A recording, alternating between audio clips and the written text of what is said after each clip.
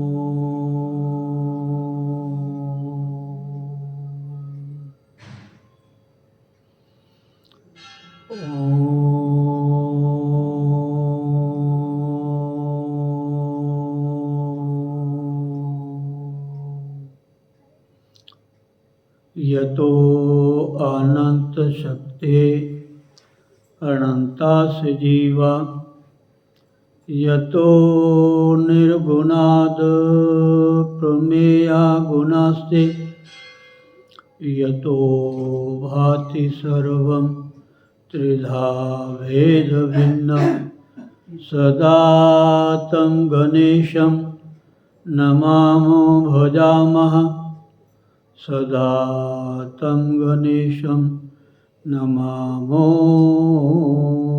भजामः। ॐ ब्रह्मानन्दं परमसुखदं केवलं ज्ञानमूर्तिं द्वन्द्वातीतं गगनसदृशं तत्त्वमस्यादिलक्ष्यम् एकं नित्यं विमलमचलं सर्वधी साक्षिभूतं भावातीतं त्रिगुणरहितं श्रीसद्गुरुं तं नमामि श्रीसद्गुरुं तं नमामि श्रीसद्गुरुं तं नमामि। अज्ञानतिमिरान्धस्य ज्ञानाञ्जनशलाकया चक्षुरुन्मीलितं येन तस्मै श्रीगुरुवे नमः।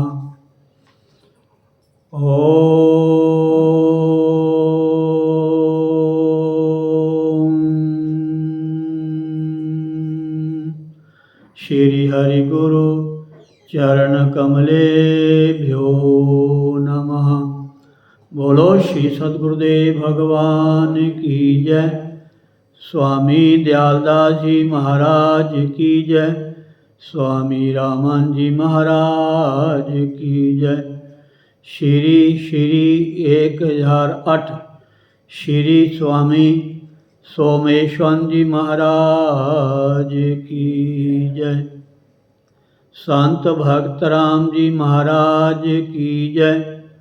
बोलो भाई सब संत भगवान की जय। सभी आचार्य वैष्णव जनों की जय। जय जय श्री राधे श्याम। ओम ओम ओम। गणपति गिरिपति गोपति गणपति गिरिपति गोपति गिरिजा गौरी दिनेश ईश पंच मम दास के हरो सुपंच कलेश। श्रीमत हरि प्रसाद जू चित बपु रहत प्रछेद, विद्या प्रद गुरु तिहि नमो, जिहि प्रसाद गत खेद। नमो नमो श्री राम जो, सतचित आनंद रूप, जिहि जाने जग स्वप्न बत, नाशत भ्रम तम कूप। राम मया सद्गुरु दया, साधु संग जब होए, तब प्राणी जाने कछु, रह्यो विषय रस भोय। मात तात भ्राता सुहृद, इष्ट देव नृप प्राण, अनाथ सुगुरु सब ते अधिक, दान ज्ञान विज्ञान। प्रगट भूमि गुरु सूर द्युति, जन मन नलिन प्रकाश। अनाथ कुमुदनी विमुख जन, कबहु न होते हुलास। तेरत सद्गुरु मया करी, मोह नींद सोवंत। जगयो ज्ञान लोचन खुले, सुपन भरम बिसरंत। गुरु बिनु भ्रम लगी भूलि गो, भेद लहे बिन स्वान। के हरि बपुझाई निरख, हरियो कूप अज्ञान।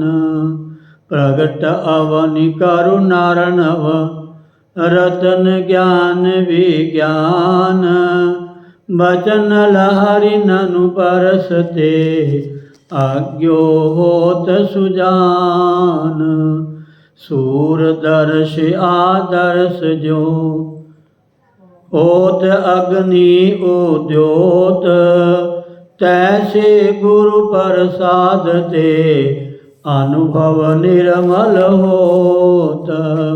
जिमि चंदहि लहि चंद्रमणि, अमी द्रवत तत्काल। गुरुमुख निरखत शीश के, अनुभव होत विशाल। हऊँ शरणागत रावरे, श्री गुरु दीन दयाल। कृपा सिंधु बंदौ चरण, हरौ कठिन उरसाल। हऊँ अनाथ अतिशय दुखी, डरियो देख संसार। बूढ़त हऊँ भव सिंधु में, मोहि करौ प्रभु पार। आशा तृष्णा चिंत बहु, ए डायन घर माही। जीवन कहि विधि होय मम, हृदय स्मृति कौ खाही। अच्युतं केशवं राम नारायणं, कृष्ण दामोदरं वासुदेवं हरिं। श्रीधरं माधवं गोपिका वल्लभं, श्री जानकी नायकं श्रीरामचंद्रं भजे। श्रीरामचंद्रं भजे, श्री कृष्णचंद्रं भजे। श्री कृष्ण गोविंद हरे मुरारे, हे नाथ नारायण वासुदेव। गोविंद मेरी यही प्रार्थना है, भूलूं न मैं प्रभु नाम तिहारा। निष्काम होके दिन रात गाऊं, गोविंद दामोदर माधवेति। हे कृष्ण हे जादव हे सखेति, हे कृष्ण हे जादव हे सखेति। हरे राम राम राम हरे हरे, हरे कृष्ण कृष्ण कृष्ण हरे हरे। हरे राम राम राम हरे हरे, हरे कृष्णा कृष्ण कृष्ण हरे हरे। ओम ओम ओम। नारायण हरि नारायण हरि नारायण हरि। बहुत ही हम सबका परम सौभाग्य है जो कि हमारा जन्म भारतवर्ष में हुआ है। ऐसी पवित्र भूमि भारत भूमि जहाँ हमारा जन्म हुआ है, ये तो अच्छी बात है। भारत में जन्म होना भी कोई कम बात नहीं है, कम पुण्य की बात नहीं महाराज। जो भारत को छोड़ के बाहर जा रहे हैं ना, उनकी बात अलग है। अगर बाहर रह करके भी वो भारत की संस्कृति से जुड़े हुए हैं फिर तो अच्छी बात है। अगर अपनी जो भारतीय संस्कृति है अगर उसका परिपालन नहीं करते, उनके प्रति हमारी आस्था नहीं है, वैदिक संस्कृति जो हमारी भारतीय है, तो उनका भारत में जन्म लेना या मनुष्य जन्म लेना वो सफल नहीं माना जाएगा, सार्थक नहीं माना जाएगा। ये कुदरती बात है हमारा। राधे। और अच्छे घर जन्म लेना, अच्छे माता पिता, ऐसा माहौल जो घर सत्संगी हैं, सनातनी हैं, 5 देवोपासक हैं, ओंकार की साधना करने वाले हैं, गुरु संत महात्मा ब्राह्मण वेद ग्रंथों को मानने वाले हैं। और से ज़्यादा दुर्लभ क्या है कि हमें सद्गुरु की प्राप्ति हो गई है। ऐसे सद्गुरु जो हमें परमात्मा से मिलाने का रास्ता बताते हैं, परमात्मा की ही कथा सुनाते हैं। परमात्मा मैंने राम कृष्ण भगवान भोलेनाथ, जगत जननी जगदम्बा आदिशक्ति भवानी, भगवान श्री गणेश जी और सूर्य, ये 5 देवता एक है हमारा। ये निराकार भी हैं, ये साकार भी हैं। अगर इनकी कथाओं को सुनोगे पढ़ोगे तब पता चलेगा महाराज, तब पता चलेगा। नहीं तो वो कहने वाले सुनने वाले ऐसे कहते वो गणेश जी जिनकी हाथी की सूंड लगी हुई है। ये नासमझी का कारण है, अज्ञानता का कारण है। कमी उन लोगों की नहीं हम कहते, कमी हम जैसे उपदेशों की है। हम जैसे जो हम कथा सुनाते हैं कि हम समाज को सही तरीके से इन कथाओं को समझा नहीं पा रहे। ये स्वयं समझाना चाहिए। ये मंदिर बने हैं, ये धार्मिक स्थान बने हैं, ये आश्रम बने हैं, ये हमारे भारत के संत महात्मा ऋषि मुनि हैं। इन धार्मिक स्थानों में, देवालयों में जाकर के, संत महापुरुषों के पास जाकर के हमें ज्ञान लेना चाहिए। अपने जीवन का, अपने संस्कृति का, अपने इतिहास के बारे में जानकारी होनी चाहिए। पुराणों की कथाएं सुननी चाहिए। वेद उपनिषद स्मृतियाँ, अन्य महापुरुषों के आशीर्वचन जो प्रायः हमें सुनने पढ़ने को मिलते हैं। अब हमारे महाराज आचार्य हैं, महाराज आचार्य जी और पूजनीय स्वामी अवधेशानंद जी महाराज, इतनी सुंदर उन्होंने पुस्तकें निकाली छोटी छोटी महाराज। और हमारे परम पूज्य जी महामंडलेश्वर स्वामी ज्ञानानंद जी महाराज इतना सुंदर गीता भी वो प्रवचन करते हैं, कथा करते हैं।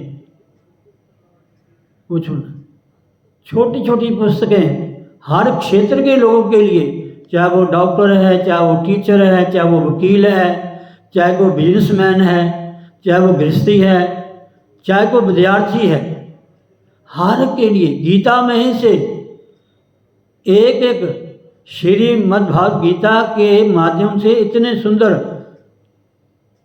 पुष्प के रूप में श्लोकों का संग्रह किया हुआ है, उनकी माला बनाई हुई है महाराज। आप पढ़ोगे तो आपको पता चलेगा। ऐसे महापुरुषों की संगति करनी चाहिए। जहाँ कहीं भी आसपास में महापुरुष ऐसे आए, उनकी कथाओं का लाभ लेना चाहिए। या जहाँ वो विराजमान है, जहाँ उनके स्थान हैं, जहाँ उनकी धार्मिक पुस्तकें मिलती हैं, वहाँ जाके लेकर के उनसे लाभ उठाना चाहिए।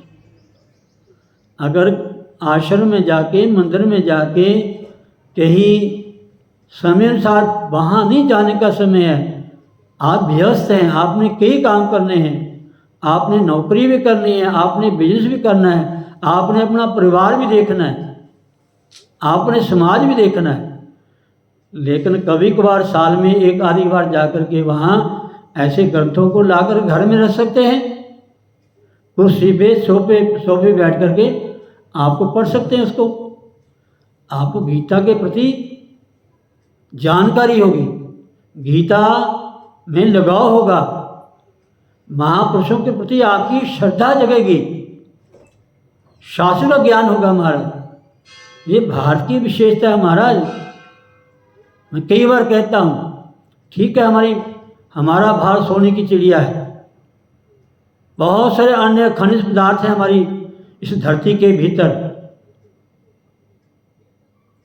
अब क्या कहें महाराज, पांचों तत्व पृथ्वी, जल, तेज, वायु, आकाश, ये पांचों तत्व इतने पवित्र माने गए, इतने शुद्ध माने गए हैं।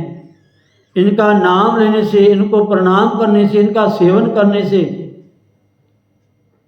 इनको ग्रहण करने से शारीरिक मानसिक बड़े लाभ मिलते हैं महाराज, बड़े लाभ मिलते हैं।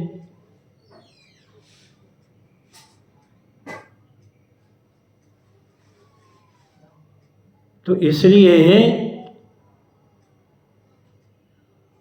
इन बातों का हमें ध्यान देना चाहिए। तो इसलिए सबसे भाग्य हमारा भारत भूमि पे जन्म, पर ऐसे परिवार में जन्म लिया जो सत्संगी हैं, संत महात्मा गुरुजनों को मानने वाले हैं, संत ग्रंथों का नित्य पाठ करते हैं, नित्यनेम करते हैं, और उससे ज़्यादा इन्हीं सद्गुरु सत्संग की प्राप्ति होगी, इन्हीं सद्गुरु संत की प्राप्ति होगी। ये बड़े बड़े बड़े बहुत सारे अनेकों जन्मों के किए हुए पुण्य का फल है महाराज। अत्यंतोत्कृष्ट सुकृत परिपाकवशाद सद्भि संगो जायते। अत्यंत, अति अत्यंत उत्कृष्ट, अति का तो हमारा संख्या ही क्यों नहीं है, अत्यंत जिसका कोई अंत नहीं है। इतने आपने पुण्य कर्म किए हैं, उत्कृष्ट, जब फल देने के लिए तैयार होते हैं, परिपक्व होते हैं महाराज, तब क्या होता है, सद्भि संगो जायते, तब कहीं जाके सत्संग की प्राप्ति होती है, संतों की शरण में जाने को मिलता है, वहाँ बैठ के मन लगता है। ऐसे नहीं बिना कर्मा से। मिलती है साधुओं की संगत कभी कभी, मिलती है साधुओं की संगत कभी कभी। ये भाग्य से मिलते हैं। पुण्य पुंज बिनु मिलहि न संता, रामायण कहते हैं। इसलिए बार बार कहता हूँ, गीता और मैं जी का हमारे घरों में नित्य पाठ होना चाहिए, तभी हम हिंदू कहलाने के लायक हैं, तभी हम सनातनी कहलाने के लायक हैं, तभी हम कह सकते हैं कि हम राम के उपासक हैं, हम कृष्ण जी के उपासक हैं। इन ग्रंथों का, इन पुराणों का वाचन हमारे घरों में, हर घर में प्राय है। अगर मंदिर में नहीं जा सकते, समय नहीं है, तो घर में तो पाठ कर सकते हैं। साल 2 साल में से ही एक पुराण 2 साल में, 3 साल में, 4 साल में, 5 साल में, कोई बात नहीं। जितना कम पढ़ोगे उतना समझ आएगा आपको, समझे नहीं? इनसे बहुत सीखने को मिलता है। पुण्य पुंज बिनु मिलहि न संता। पुण्य मैंने पुंज, पुंज मैंने बैलेंस। बहुत सारे पुण्य, बहुत सारे पुण्य होते हैं। जब बहुत सारे पुण्य इकट्ठे होते हैं एक जगह, एक समय, एक बार, तत्काल वो उत्कृष्ट होते हैं, परिणाम उनका सामने आता है, तब जाकर के सत्संग की प्राप्ति होती है। हाँ, ऐसे नहीं होती। फिर क्या होता है, उसका लाभ क्या होता है, ये भी सुन लो। इसलिए प्रश्न आता है, कथाएं सब सुनते हैं, उनके लिए विमान क्यों नहीं आता, उनके बंधन क्यों नहीं टूटते? राम नाम सत है, पर चाबी संतां दे हाथ है। गुरु महाराज ने कहा है, महाराज राम नाम उर में गयो, जाको सम नहीं कोए, यह सुमृत संकट मिटे, दर्श तिहारो होय, दर्श तिहारो होय। हर हर नाम जपंते कछु ना कहे जमकाल, नानक तन मन सुखी बसे, अंत मिले गोपाल। संत महात्मा, सदग्रंथ, उपनिषद, वेद, पुराण, इतिहास, स्मृतियाँ, महापुरुषों के वचन अनादिकाल से समझाते आ रहे हैं, सुनाते आ रहे हैं, लेकिन हम तनिक भी टस से मस नहीं होते। पर कोई बात नहीं, आते हैं तो यही काफ़ी है, सुनते हैं तो यही काफ़ी है। कभी ना कभी, कभी ना कभी तो ये लाग लग जाएगी। राधे। बहुत सारी रामायण की नीति के श्लोक, धर्म के श्लोक, पुराणों के श्लोक, रामायण की चौपाइयाँ, दोहे, छंद याद आते हैं महाराज। मेरे सुबह सुबह लेटे लेटे मन में विचार आ रहा था कि प्रायः 3:30-4 बजे मेरी जाग खुल जाती है, सिर्फ मैं रेस्ट करता हूँ उसके बाद, लेकिन सत्संग मेरा चलता रहता है, सत्संग चलता रहता है। और मन में विचार आ रहा था कि हमें ये वंदना नित्य करनी चाहिए। भय प्रगट कृपाला, दीन दयाला, कौशल्या हितकारी, मन में आया। ये भगवान जी के जन्म से संबंधित जो देवताओं ने स्तुति की है, प्रार्थना की है, जब भगवान प्रकट हुए। काल मैं कह रहा था सत्संग में, सबसे पूछा मैंने कि आप होली मना रहे हो, एक बात आपसे पूछूं, याद है आपके? कहते नहीं जी। मैं कह देख लो। कहते नहीं जी, आप बताओ। मैं क्या, एक होली मनाने का हमें और अवसर मिला है। होली के दिन श्री अयोध्या धाम में आज पहली होली मनाई जा रही है। पहली होली किन्हीं सदियाँ बीत की महाराज। और प्लीज ये बात नोट कर लेना है, जिन्होंने अयोध्या में जा कर के या किसी यंत्र के माध्यम से जन्मभूमि रामलला के दर्शन किए हैं, वो सौभाग्यशाली है, सौभाग्यशाली है। समझो उनका जन्म सफल हो गया। जो त्रेता में राम का दर्शन करते थे, अब कलयुग में 500 साल बाद दर्शन करने का सौभाग्य प्राप्त हुआ। इससे बढ़िया और क्या हो सकता है। पहली होली मनाने का हमें श्री अयोध्या धाम में सुनहरी अवसर मिला है। ये हमारे देश के, भारत के ऋषि मुनियों, संत महात्मा, जिन्होंने ना जाने कितना परिश्रम किया है महाराज, कितना त्याग, कितना बलिदान किया है। कितने परिवारों ने महाराज अपना बलिदान दिया है। राधे। और इसका इतिहास सुनोगे तो कांप जाओगे, आप कांप जाओगे महाराज, कांप जाओगे। प्लीज ऐसी बात है, मैं कहने में बहुत संकोच करता हूँ, लेकिन आप सब जानते हैं, लेकिन भूल जाते हैं। वही चट्टे के बट्टे हैं आपको तो कोठी चाहिए, पैसा चाहिए, कारोबार चाहिए, फैक्ट्रियाँ चाहिए, बस धर्म और देश के बारे में तनक भी आपको ध्यान नहीं है। बस हमारे बच्चों के हाथ में मोबाइल होना चाहिए, हमारे बच्चों के नीचे कार होनी चाहिए, हमारे बच्चों के पास डिग्री होनी चाहिए, अच्छी अच्छी पोस्ट होनी चाहिए।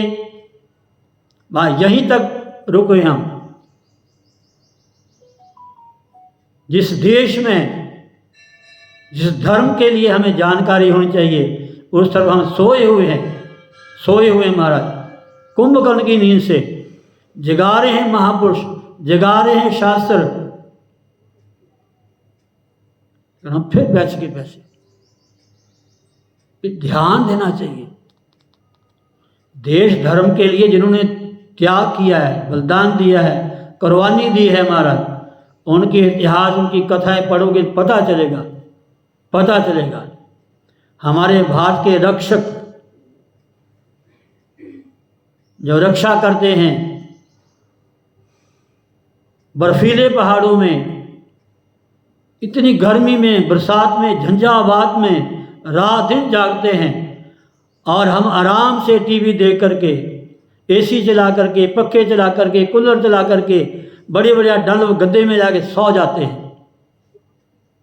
ये नहीं सोते नींद की किस लिए हमें, कौन हमें सुला रहा है, किसकी शक्ति से हम आराम से खा रहे हैं, पी रहे हैं, भ्रमण कर रहे हैं। ये धार्मिक जो उत्सव मनाते हैं महाराज, ये ऐसे नहीं मनाते, सोचते नहीं हम लोग। बस जहाँ देखो भेड़ चाल की तरह, जहाँ दो ज़्यादा जाते हैं वहीं जाना शुरू कर देते हैं।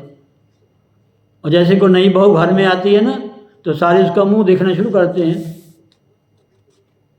राधे राधे। जो नैतिकता है, जो आध्यात्मिकता है, जो हमारी पौराणिक वैदिक संस्कृति है, उस पर ध्यान हमारा कम जाता है। इसलिए प्लीज़, ये बहुत अच्छा हमारा पुण्य कर्म है, जिससे हमें भारत भूमि में मनुष्य का जन्म मिला, ऐसे अच्छे परिवार में, ऐसे गुरुदेव की शरण मिली है महाराज। इसका हमें लाभ उठाना चाहिए। तो आज भी होली है, कल भी होली थी, आपने मनाई है, तो इसका नाम क्या है? होली तो सब कहते हैं, इसका सही नाम क्या है? बोलो ना। होलिका दहन, होलिका दहन। होलिका कौन थी? हैं जी? हाँ, प्रहलाद की बुआ। हाँ, हिरण्याक्ष नहीं, हिरण्याकश्यपु। हिरण्याक्ष और हिरण्याकश्यपु दो भाई हुए थे। हिरण्याक्ष को तो, हिरण्याक्ष और हिरण्याकश्यपु, एक को भगवान ब्रह्मा ने मार दिया था, एक को भगवान ने नरसिंह रूप धार करके उसको मारा था। जब सारे तरीके अपना लिए प्रहलाद को मारने के, तो फिर हिरण्याकश्यप की बहन ने कहा कि भैया आप टेंशन क्यों लेते हो, ये तो मेरा दाहिने हाथ का काम है। और उसको वरदान पता कहाँ से मिला था? कहाँ से मिला था? ब्रह्मा से। हमें अपनी संस्कृति, हमें अपने उत्सव, हमें अपने पर्व जो मनाते हैं उनके बारे पूरी जानकारी होनी चाहिए। ये नहीं नाच लिया, गा लिया और बस ठीक है, बढ़िया खा लिया। जब तक हमें अपनी संस्कृति का ज्ञान नहीं है, ये पर्व क्यों मनाए जाते हैं, इनकी कोई ना कोई कथा है, प्रसंग है, इतिहास है हमारा। तो होलिका बहन को, बुआ को ब्रह्मा से वरदान मिला था महाराज। ये राक्षस जो होते हैं ना, राक्षस असुर, बड़े चालाक होते हैं महाराज, पूछो ना महाराज। कितने पर्दे ला लो, कितने दरवाजे बंद कर लो, बस तनिक हवा ना आपके अंदर जाए, तनिक भी हवा ना जाए, तनिक प्रकाश भी बाहर का अंदर ना जाए, ये फिर भी अंदर चल जाते हैं, ये फिर भी अंदर चल जाते हैं। राधे।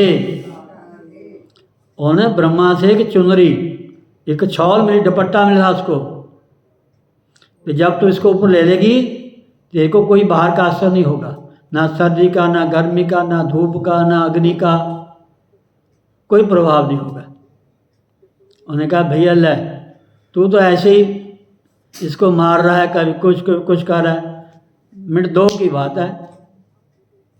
आप अग्नि जलाओ और मैं बैठती हूँ, अपने भतीजे को गोद में बैठा के बीच में बैठती हूँ मैं, और मैं नहीं जलूंगी, ये जल देगा। उसको पता था कि मुझे वरदान मिला हुआ है। अपनी शक्ति का अगर नाजायज इस्तेमाल करेंगे अधर्म के लिए, धर्म के लिए नहीं, अधर्म के लिए, तो शक्ति वो काम नहीं करेगी महाराज।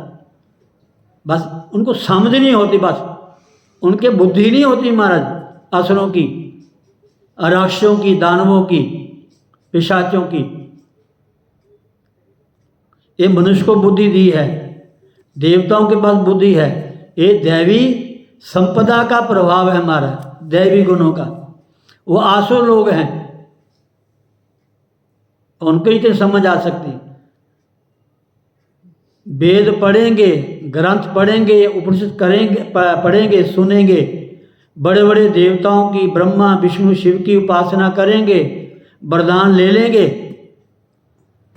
सफल नहीं हो पाएंगे उसमें, इतना दिमाग नहीं उनका। राधे राधे। ऐसी कथा रामायण में भी आती है, तीनों भाइयों की। तीनों भाई कौन? रावण, कुंभकर्ण और भविष्य। तपस्या तीनों ने इकट्ठी की थी। रावण ने क्या मांगा, कुंभकर्ण ने क्या मांगा और भविष्य ने क्या मांगा, रामायण पढ़ के देख लेना। राधे राधे। तो इसलिए तुम्हारा जो बैठ गई अग्नि जला करके, उसको पता था कि मुझे तो वरदान है ब्रह्मा जी का, है जी। उसने वो चुनरी पल्लू पटका था अपने ऊपर ले लिया, और प्रहलाद को रखा नहीं, प्रहलाद को गोद में उठा लिया, ऐसे बैठ गई। लगा दो आग, ये जल जाएगा। होई हुई सोई जो राम रचि राखा, को करी तड़क बढ़ावे शाखा। होई ही सोई जो राम रचि राखा, को करी तर्क बढ़ावे शाखा। रामायण की छुपाई है। जाको राखे साइया, मार सके ना कोई, बाल ना बांका कर सके, चाहे सब जग बैरी होए। एवं नहीं गल्ला बनिया महाराज। राधे। बैठ गई महाराज। अब हरी इच्छा से ऐसी हवा चली, चुनरी उड़ गई। चुनरी उड़ के प्रहलाद के ऊपर आ गई। कपड़ा था, कहीं तो जाना था, वो तो बैठी आराम से ब्रह्मा जी का ध्यान कर रही होगी, या जो उनको पाठ दिया हुआ है। जो वरदान होता है, जो अनुष्ठान करते हैं, जो उसकी शक्ति प्राप्त होती है, जब उसको कहीं लागू करते हैं, उसका लाभ लेना चाहते हैं, तो थोड़ा उसका पाठ करना पड़ता है। ऐसे नहीं वो काम आ जाता। कोई डॉक्टर बना है, इंजीनियर बना है, तो प्रैक्टिस करके बना है ना, ऐसा बन गया वो। तो महाराज वो तो ऐसे बैठ गई, और जो भी पाठ था जिससे उसे बन मिला वो पाठ करने लगी। आँख में जो हवा चली उसको नहीं पता चुन्नी कब उड़ी, प्रहलाद के ऊपर आ गई और सड़ गई बेचारी। प्रहलाद जी बिल्कुल ठीक। फिर लोगों ने खुशी मनाई, खुशी मनाई। फिर होली खेली। ये होली आज की नहीं, सदियों की बात कह रहा हूँ मैं। आजकल जो होली खेलते हैं वो होली नहीं है। बुरा मत मनाना महाराज कि महाराज जी क्या कह रहे हैं। पहले फूलों का रंग होता था महाराज, केवड़े का रंग,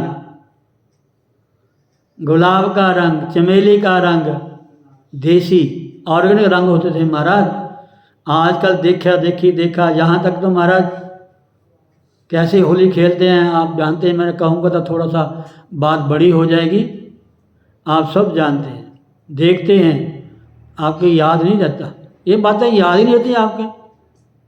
आपको तो अपना घर याद रहेगा, परिवार याद रहेगा। ये नहीं कहता इसको छोड़ो, ये करना है। जो हमारी संस्कृति है, जो हमें महापुरुष ग्रंथ सुनाते हैं, उसको थोड़ा याद रखो। ये कमाल की बात है। आगे आगे तो बढ़ रहे हैं भोगवाद में, थोड़ा अध्यात्मवाद भी साथ में रखो ना। रखना चाहिए कि नहीं? ज़्यादा नहीं बोलूँगा, इतने काफ़ी है, समय ज़्यादा हो रहा है। ये होलिका दहन है, इसको कहते हैं होलिका दहन। होलिका दहन। राधे। आप श्रीमद्भागवत गीता अध्याय 14वां श्लोक किनमा 11वां। 3-4 दिन हो गए, श्लोक 11वां ही चल रहा है। सर्वद्वारेषु देहे अस्मिन् प्रकाश उपजायते ज्ञानं यदा तदा विद्यात् विवृद्धं सत्वमित्युत। सत्वमित्युत। भगवान कहते हैं कि अर्जुन, जिस समय इस देह में तथा अंतःकरण में और इंद्रियों में चेतनता और विवेक शक्ति उत्पन्न होती है, उस समय ऐसा जानना चाहिए कि सत्वगुण बढ़ रहा है। समझ गए ना? समझ गए? आप थोड़ा शब्द का अर्थ सुन रहे, एक शब्द का, उससे आगे चलेंगे। आप ध्यान दीजिए। सर्वद्वारेषु देहे अस्मिन्, इस शरीर में सर्वद्वारेषु और सभी द्वारों में, कर्म इंद्रियों में भी, ज्ञान इंद्रियों में भी और अंतःकरण में भी। बहुत बढ़िया, शाबाश। इन सब में प्रकाश उपजायते, प्रकाश उत्पन्न होता है, और साथ में ज्ञान, विवेक। किसी अंधेरे में बंद कमरे में किसी ने कहा कि अमुक वस्तु उठा के लाओ। ध्यान देना मेरी बातों पे। सुनने में हिंदी है, बोलने में है, समझने में इतनी आसान नहीं है महाराज। अंधेरे कमरे में किसी ने कहा अमुक वस्तु वहाँ से उठा के लाओ।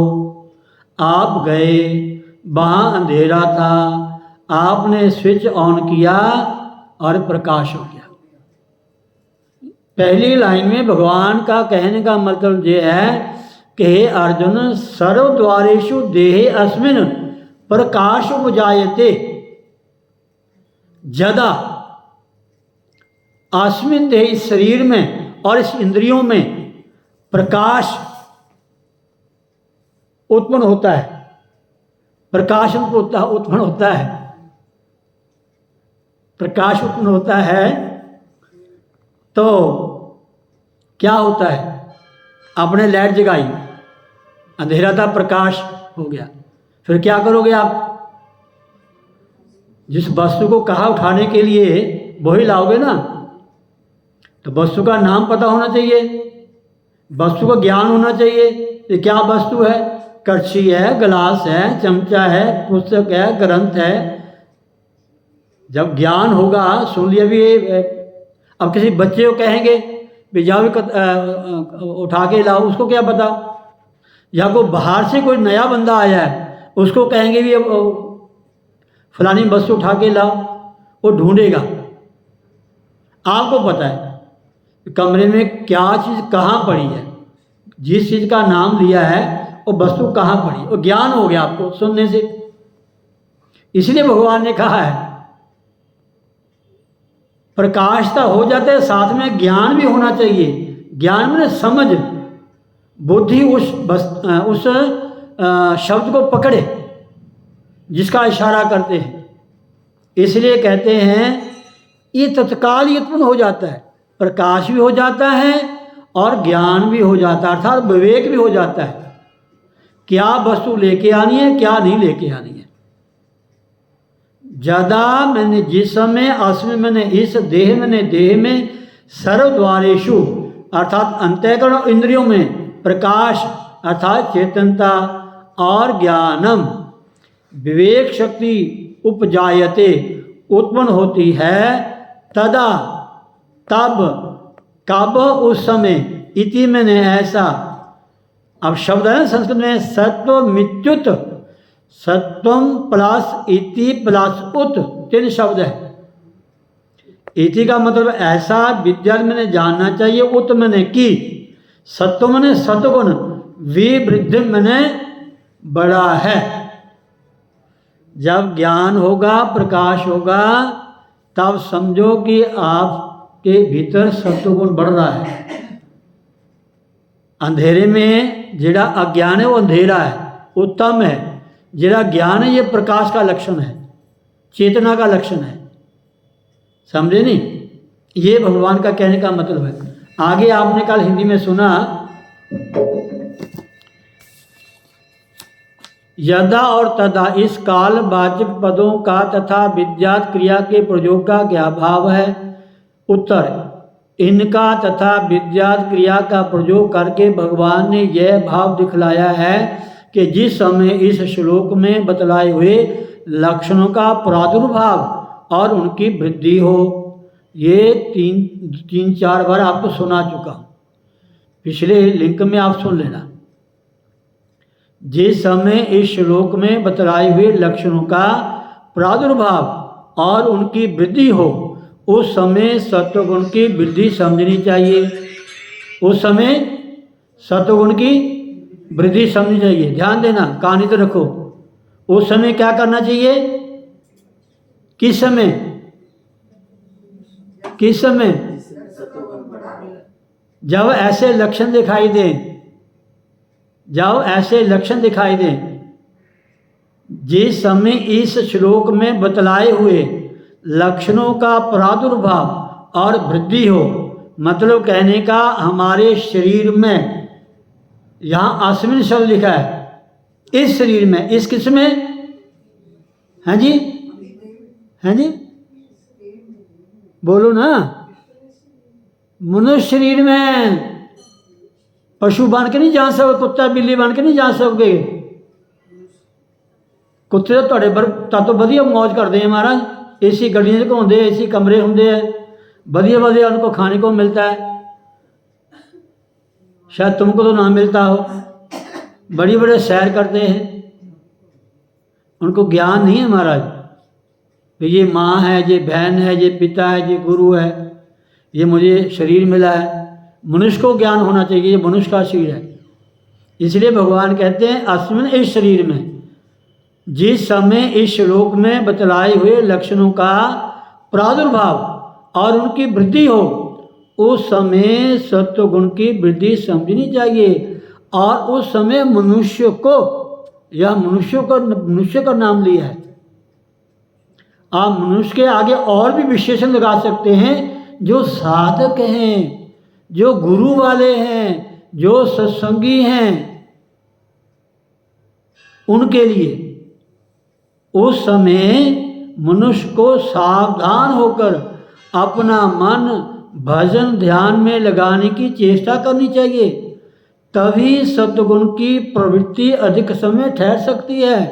अन्यथा उसकी अवहेलना कर देने से शीघ्र ही तमोगुण या रजोगुण उसे दबाकर अपना कार्य आरंभ कर सकते हैं। दूसरा क्वेश्चन किया था कि आपने कहा देह के साथ अस्मिन् पद का प्रयोग ये क्यों लगाया? शरीर का नाम तो ले दिया, आपने कहा अस्मिन इस शरीर में, इसको कहने का क्या मतलब है? सुने हिंदी। उत्तर, अस्मिन पद का प्रयोग करके भगवान ने, सुनो ध्यान से, इधर ध्यान दो। अस्मिन पद का प्रयोग करके भगवान ने मनुष्य शरीर की विशेषता का प्रतिपादन करते किया है। अस्मिन पद का प्रयोग करके भगवान ने मनुष्य की विशेष मनुष्य शरीर की विशेषता का प्रतिपादन किया है। अभिप्राय अर्थात मतलब यह है कि इस श्लोक में बतलाई हुई सत्वगुण की वृद्धि का अवसर केवल मनुष्य शरीर में ही मिल सकता है, अन्य शरीर में नहीं। इसलिए देह अस्मिन, इसलिए अस्मिन शब्द लगाया है। और इसी शरीर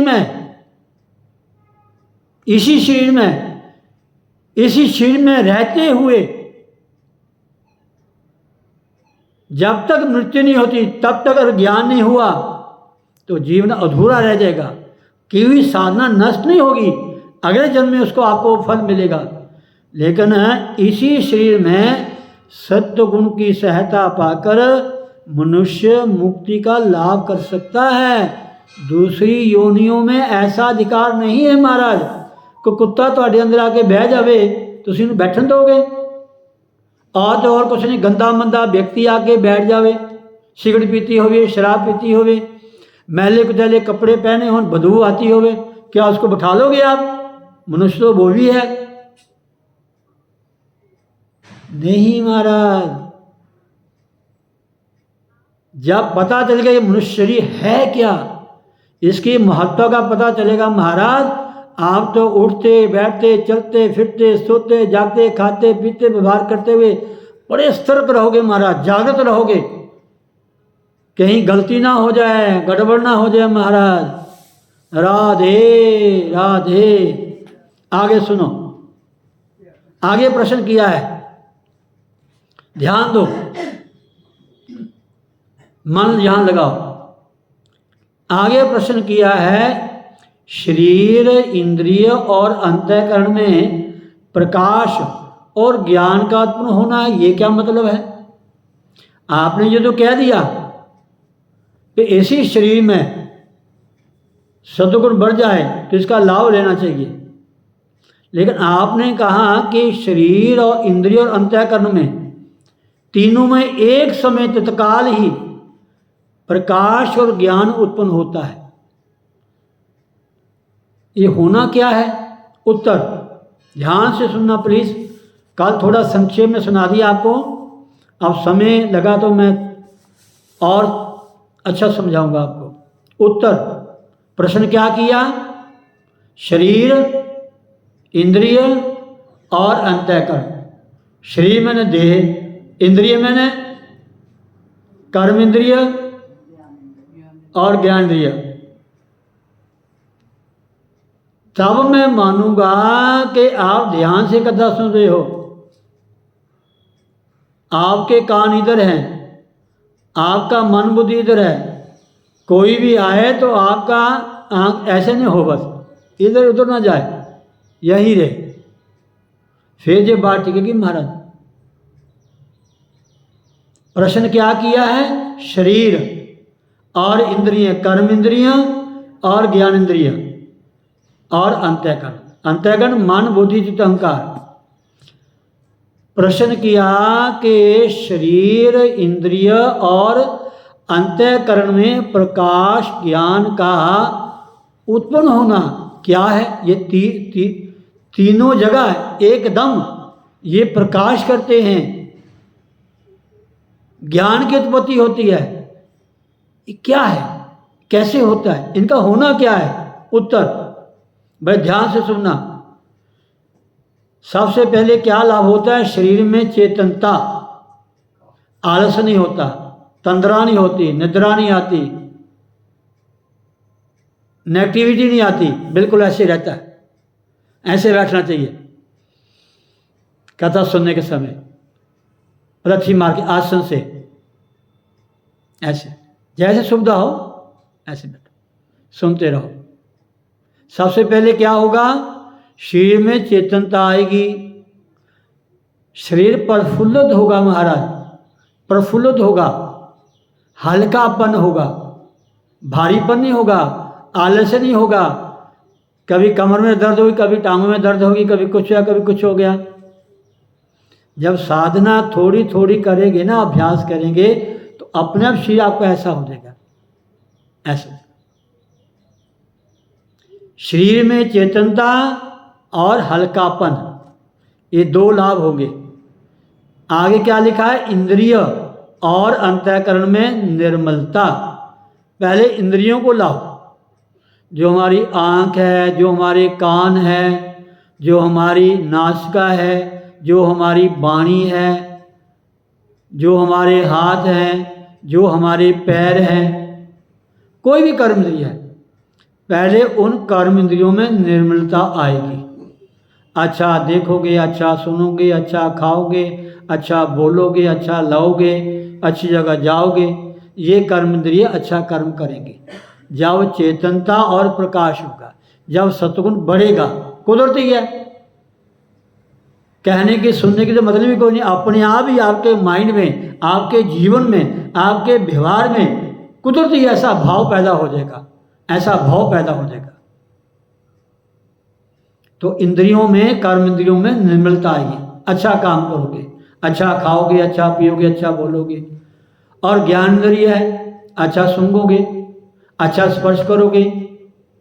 जो भी ज्ञान इंद्रिय है वो आपको तत्वबोध में बताएंगे, कर्म इंद्रिय क्या काम करती हैं और ज्ञान इंद्रिय क्या काम करती हैं। ये महाराज जी का जो जन्मोत्सव है, उससे पहले हुंडी लगाएंगे ना, उसमें आपको तत्व ज्ञान और आत्मज्ञान साथ में लगाएंगे, फिर आपको पता चलेगा। ठीक है ना। तो कहते हैं इंद्रिय और अंतःकरण में निर्मलता और चेतनता की अधिकता हो जाना ही प्रकाश का उत्पन्न होना है। अर्थात शरीर में चेतनता, हल्कापन तथा इंद्रिय और अंतःकरण में निर्मलता और चेतनता की अधिकता हो जाना ही प्रकाश का उत्पन्न होना है। एवं इसी प्रकार साथ ही सारे काम एक तरफ हो, एक साथ हो जाते हैं हमारा, सारे काम एक साथ हो जाते हैं हमारा, एक साथ हो जाते हैं। जो अच्छा बच्चा पूरा साल पढ़ता है, पाठ को याद करता है, परीक्षा देता है, सही उत्तर देता है, सही समय का ध्यान रखता है, सही समय में अपना आंसर लिख देता है, तो देखने वाला कहता है उसमें सारे गुणों को देखता है, इस व्यक्ति में बड़े गुण हैं महाराज। अकेला उत्तर लिख देना ही नहीं है, लिखाई भी अच्छी होनी चाहिए, उत्तर भी सही होना चाहिए, उसमें अच्छा भाव प्रकट कर देना चाहिए। पेपर चेक करने वाला देखता है तो व्यक्ति सर्वगुण संपन्न है महाराज, बहुत अच्छा लिखा हुआ है, प्रश्न का आंसर तो दिया हुआ है, लेकिन बड़े अच्छे तरीके से दिया हुआ है। राधे। इसी प्रकार सत्य असत्य तथा कर्तव्य अकर्तव्य का निर्णय करने वाली विवेक शक्ति का जागृत हो जाना अर्थात ज्ञान का उत्पन्न होना है। ज्ञान का उत्पन्न क्या मतलब है और प्रकाश उत्पन्न होता उसका क्या मतलब है। आगे लिखते हैं, कहते हैं एवं सत्य असत्य तथा कर्तव्य अकर्तव्य का निर्णय करने वाली विवेक शक्ति का जागृत हो जाना ज्ञान का उत्पन्न होना है। कहते हैं जिस समय प्रकाश और ज्ञान इन दोनों का प्रादुर्भाव होता है उस समय अपने आप ही संसार में, कल या परसों मैंने बताया था कि संसार से शब्द नहीं आया, यहां शब्द है मैं।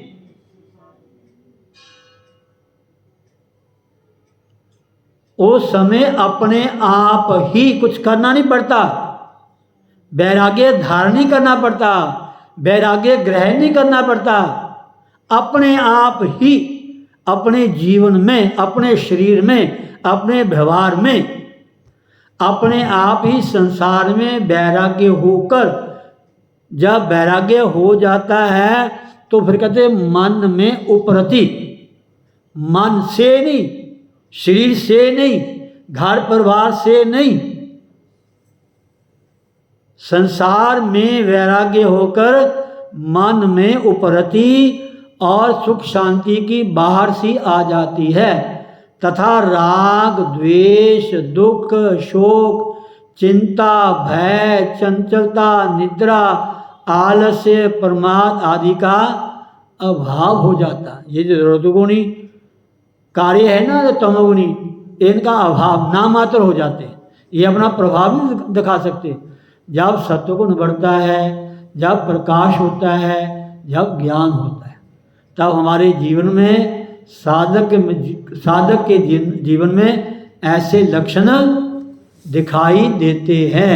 बोलो सतगुरुदेव भगवान की जय। श्री कृष्ण गोविंद हरे मुरारे, हे नाथ नारायण वासुदेव, गोविंद मेरी यही प्रार्थना है, बोलू ना मैं प्रभु नाम तिहारा, निष्काम हो के दिन रात गाऊं, गोविंद दामोदर माधवेति, हे कृष्ण हे जादव हे सखेति, हे कृष्ण हे जादव हे सखेति, हरे राम राम राम हरे हरे, हरे कृष्ण हरे राम राम राम हरे हरे, हरे कृष्ण। बोलो सद्गुरुदेव भगवान की जय। जय जय श्री राधेश्याम। सर्वे भवन्तु सुखिनः, सर्वे सन्तु निरामया, सर्वे भद्राणि पश्यन्तु, मा कश्चित् दुःखभाग् भवेत्। ओम पूर्णमदः पूर्णमिदं पूर्णात् पूर्णमुदच्यते, पूर्णस्य पूर्णमादाय पूर्णमेवावशिष्यते। ओम शांति शांति शांति। ओम।